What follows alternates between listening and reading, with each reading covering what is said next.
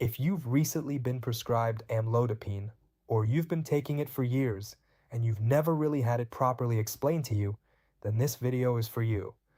Because in my experience, most people leave the appointment with a prescription in their hand, but very little understanding of what the drug is actually doing inside their body. And this really matters, because when you understand how something works or why you're taking it, you're far more likely to take it consistently. And with amlodipine, consistency is almost everything. But I also want to talk about something else today in this video, because most doctors won't have time to tell you this in the appointment when they give you that prescription. So there is a very specific diet, properly studied with lots of clinical trial data behind it, that can lower your blood pressure by roughly the same amount as the starting dose of this medication. It's not a gimmick. It's not a supplement. It's actually a way of eating that has been tested head to head against high blood pressure. And by the end of this video, you'll understand both how the drug works inside your body and what the dietary evidence actually shows, so you can make the most informed decision about your own health. So, let's go through it. What amlodipine actually is, how it works at a biological level, what to expect when you take it, what the side effects actually mean, and then this all-important diet, and why the combination of the two is far more powerful than either one alone. Let's start with how amlodipine actually works, because I'll be very surprised if your doctor actually told you this when they prescribed it to you. Your blood vessels, which are the tubes that carry blood around your body, are wrapped in a very thin layer of muscle. That muscle can squeeze and relax. When it squeezes, the tube gets narrower. And when that tube is narrower, your heart has to push much harder to get blood through it. That increased effort, the extra force, that's what we're measuring when we measure blood pressure. For that muscle to squeeze, it needs calcium to get inside the muscle cells. Think of calcium as the thing that pulls the trigger. It gets into the muscle cell through a tiny little gate in the wall of the cell. Calcium flows through the gate. The muscle squeezes. The blood vessel narrows, and then the blood pressure goes up. What amlodipine does is it sits in those gates and blocks them. It stops calcium getting into the muscle cells as easily. And if calcium can't get in, then the muscle can't squeeze as hard. The blood vessel then relaxes and opens up a little wider. Blood flows through more easily, the heart doesn't have to push as hard, and your blood pressure comes down. That is essentially the whole mechanism. This is what we learn in medical school. This is why amlodipine is called a calcium channel blocker.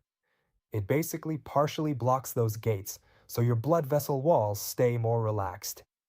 This is also why it helps with something called angina, which is chest pain that happens when the heart muscle isn't getting quite enough blood, usually because the arteries feeding the heart have narrowed over time. By relaxing and widening those arteries, amlodipine actually improves blood flow to the heart itself, which means less chest pain. The question that people often have is how quickly does it actually work? You should start to see your blood pressure come down within 24 to 48 hours after your first dose. But the full effect, the maximum benefit you'll get from your dose, takes around 7 to 8 days to build up properly in your system. This is because amlodipine accumulates gradually in your system rather than working all at once. And to be honest, that's a good thing. It means that the blood pressure lowering happens more slowly and smoothly rather than suddenly dropping, which is much safer and much more comfortable for you. It is typically taken once a day, morning or evening. It genuinely doesn't really matter. Most people take it with breakfast, but some people take it just before bed. The most common side effect, affecting somewhere between 5 and 10% of people, is swollen ankles. This happens because when blood vessels relax and widen, a small amount of fluid can leak out from those tiny blood vessels in your lower legs into the surrounding tissues.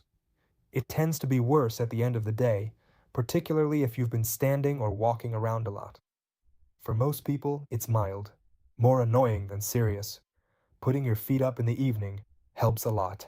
Some people notice a feeling of warmth or flushing, sometimes redness in the face, especially in the first few weeks. This is for the same reason. The blood vessels are wider. It almost always settles within the first few weeks as your body adjusts. Amlodipine does not cause the dry, irritating cough that many people associate with blood pressure tablets. That cough comes from ACE inhibitors like ramipril or lisinopril. Amlodipine does not trigger that at all. The DASH diet, dietary approaches to stop hypertension, has been studied extensively. Research shows that it can reduce your systolic blood pressure by somewhere between 5 and 10 points, roughly the same reduction that you'd expect from the starting dose of amlodipine, 5 milligrams once a day. The DASH diet is high in fruit, vegetables, and whole grains, and keeps red meat, sugar, and salt low. It is one of the most evidence-based dietary approaches in cardiovascular medicine.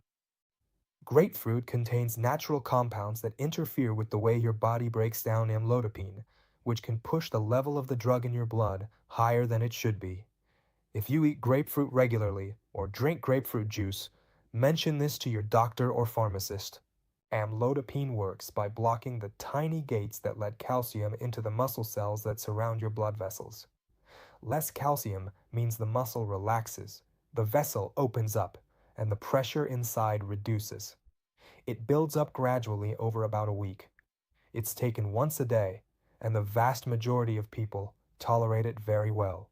The most important thing to remember is that it works best when you take the lifestyle factors that affect blood pressure really seriously alongside it, including, if you can, the DASH diet. If you're taking it, take it every day at the same time. And please don't stop it without talking to your doctor first, even if you feel completely fine. Because that, in many ways, is exactly what it's supposed to feel like.